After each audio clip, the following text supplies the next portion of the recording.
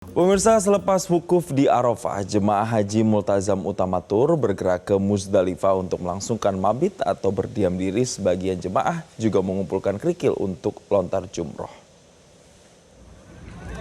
Pemirsa, jemaah haji Multazam Utamatur yang telah melakukan wukuf di Arafah telah bergerak dan berpindah ke Musdalifah setelah matahari terbenam.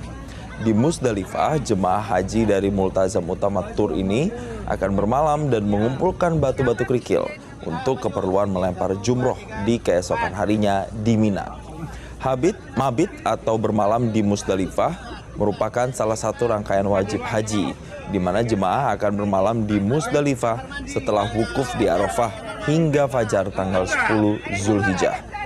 Di Musdalifah, jemaah akan duduk atau merebahkan diri dengan beralaskan tikar dan berdiam diri minimal hingga tengah malam sebelum bertolak ke Mina untuk melaksanakan lempar jumroh.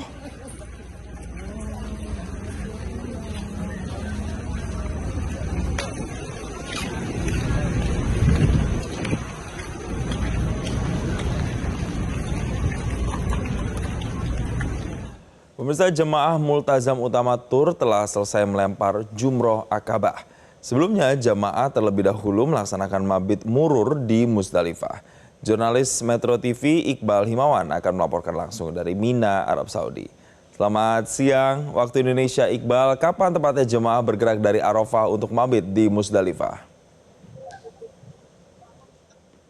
Tadi malam, Jason, itu sudah dilakukan usai pelaksanaan wukuf di Arafah ya. Bedanya tadi di berita yang Anda sebutkan sebelumnya itu mabit dilaksanakan dengan berbaring di tanah lapang begitu ya untuk menghayati eh, sejarah yang terjadi pada saat itu. Namun kali ini yang dilakukan oleh Jamaah Multazam Utamatur sedikit berbeda, yakni menggunakan skema mabit murur. Ini yang disiapkan oleh pemerintah Indonesia. Nah, apa alasannya? Ada berbagai pertimbangan kenapa mabit ini dilaksanakan secara murur. Mabit murur sendiri pengertiannya itu adalah hanya singgah sejenak tanpa harus turun dari kendaraan. Artinya kemarin Jamaah Multazam Utamatur menggunakan 4 buah bus untuk berangkat dari Arafah menuju ke Musdalifah. Namun di dalam bus tersebut hanya berhenti namun tidak sampai turun, tetap berada di dalam bus, tetap dengan membaca talbiyah, takbir, tasbih, tahmid, tapi tidak turun dari dalam bus. Nah, mabit murur ini diberlakukan skemanya oleh pemerintah Indonesia, merupakan kebijakan fikih yang membolehkan jamaah hanya singgah sejenak tanpa harus turun, lalu langsung diberangkatkan ke Mina. Ada beberapa pertimbangan, Jason, kenapa mabit murur ini dilaksanakan. Yang pertama, karena mempertimbangkan kondisi fisik jamaah, kan yang tidak semuanya dalam kondisi prima. Ada yang secara fisik mengalami keterbatasan sehingga tidak mampu melaksanakan mabit dengan cara turun kemudian berbaring di tanah lapang. Kemudian juga kepadatan lokasi. Seperti kita tahu ada jutaan umat muslim dari seluruh dunia yang berkumpul usai wukuf di Arafah untuk melaksanakan mabit di Musdalifah. Oleh karena itu supaya kepadatan ini tidak terjadi dan supaya tidak ada gangguan yang tidak diinginkan, maka dilaksanakanlah skema mabit murur tersebut. Dan juga tentunya potensi kelelahan setelah wukuf. Wukuf ini kemarin meskipun hanya sekitar 6 jam, tapi karena ini merupakan momen kita yang paling dekat, paling khusyuk, paling intim dengan Allah Subhanahu wa Ta'ala, maka cukup menguras energi, apalagi itu merupakan momen yang sangat mengharukan mulai dari usai zuhur hingga matahari terbenam. Maka untuk menghindari potensi kelelahan dilaksanakanlah mabit murur tersebut. Apalagi setelah mabit di Musdalifah, esoknya kami akan melaksanakan lempar jumroh akobah, Jason. Baik, Iqbal, lalu apakah jemaah ini sudah melaksanakan lempar jumroh? Sudah, Jason, tadi kami berangkat dari tenda kami di Mina ini usai sholat subuh ya. Nah, ini alhamdulillah sekali karena memang waktu yang afdol itu biasanya di waktu duha, dan kebetulan usai sholat subuh itu merupakan waktu yang masuk waktu afdol yang sesuai dengan sunnah Rasulullah Shallallahu Alaihi Wasallam. Memang ini tanggal 10 Zulhijjah, bertepatan lempar jumroh ini bertepatan dengan berlangsungnya Idul Adha.